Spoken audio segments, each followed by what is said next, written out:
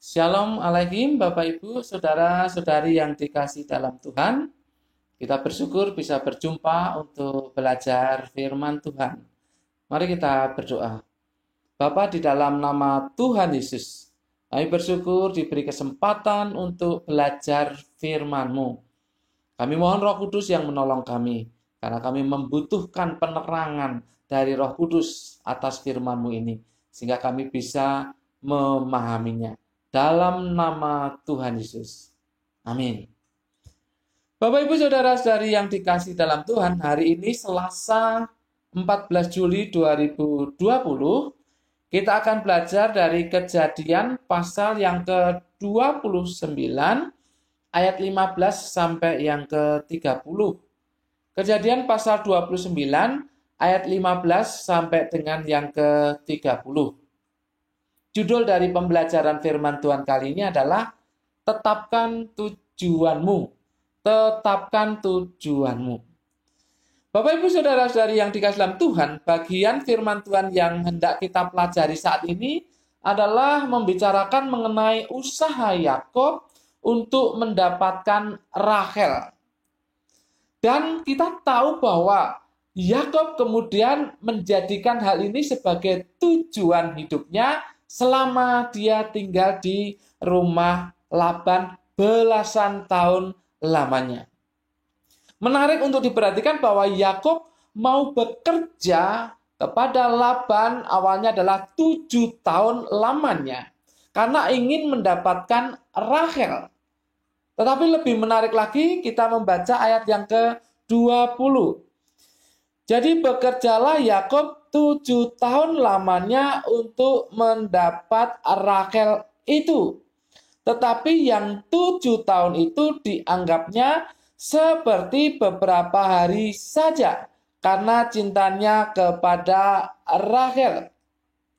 Yakub mau bekerja 7 tahun kepada Laban.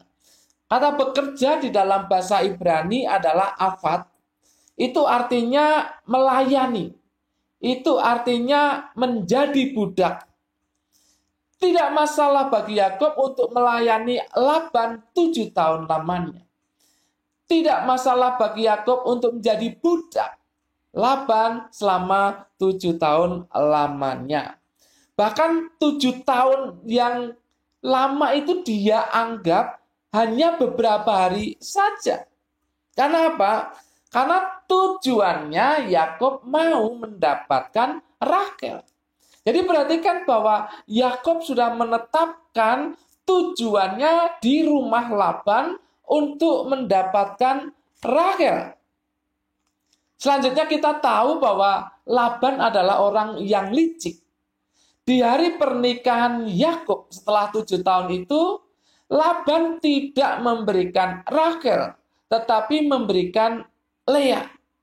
Ini menarik. Sudah 7 tahun Yakub bekerja kepada Laban, melayani Laban, menjadi budaknya Laban. Tetapi ketika hari pernikahan dia ditipu oleh Laban. Diberikannya Lea kepadanya, bukan Rachel. Akhirnya terjadi perbincangan dan diakhiri dengan kesepakatan yaitu bahwa Yakub harus bekerja lagi, harus melayani lagi, harus menjadi budak Laban lagi selama 7 tahun lagi. Ini luar biasa. Baru secara resmi, baru secara sah dia mendapatkan Rachel. Ini sesuatu yang berat tentunya. 7 tahun lagi dia harus melayani Laban. Harus menjadi budak Laban. Harus bekerja bagi Laban. Ini berat. Tetapi bagi Yakub tidak masalah. Karena apa? Karena dia tahu tujuannya. Dia tahu tujuannya di rumah Laban 7 tahun lagi. Dia tahu itu.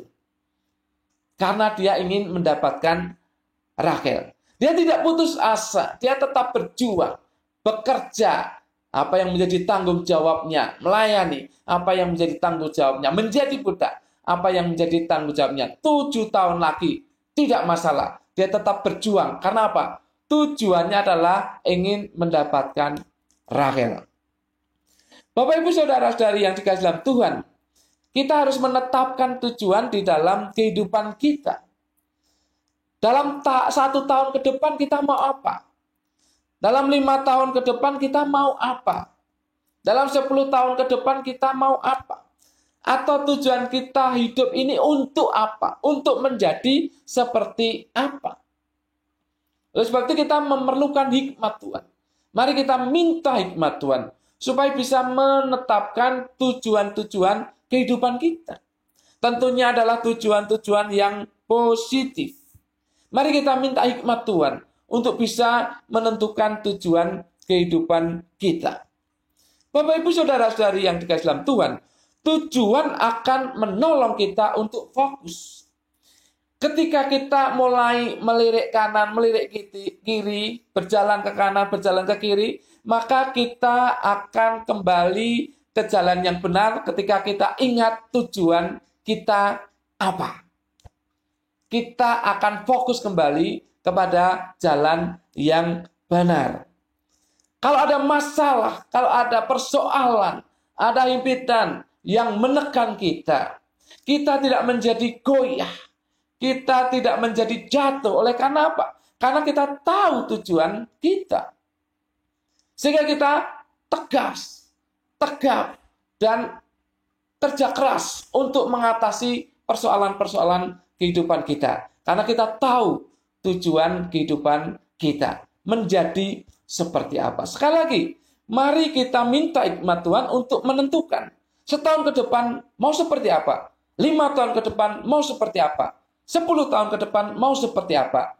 Itulah yang akan kita capai. Dan ingat, kita mengandalkan Tuhan dalam meniti langkah-langkah kehidupan kita untuk mencapai tujuan itu. Sekali lagi, tujuan harus kita tetapkan supaya kita melangkah dengan pasti bersama dengan Tuhan. Amin. Jangan lupa Bapak Ibu subscribe dan loncengnya diklik di monitor Bapak Ibu. Mari kita berdoa. Bapa, dalam nama Tuhan Yesus, terima kasih atas contoh yang diberikan oleh Yakub kepada kami. Mempunyai tujuan kehidupannya selama hidup di rumah Laban.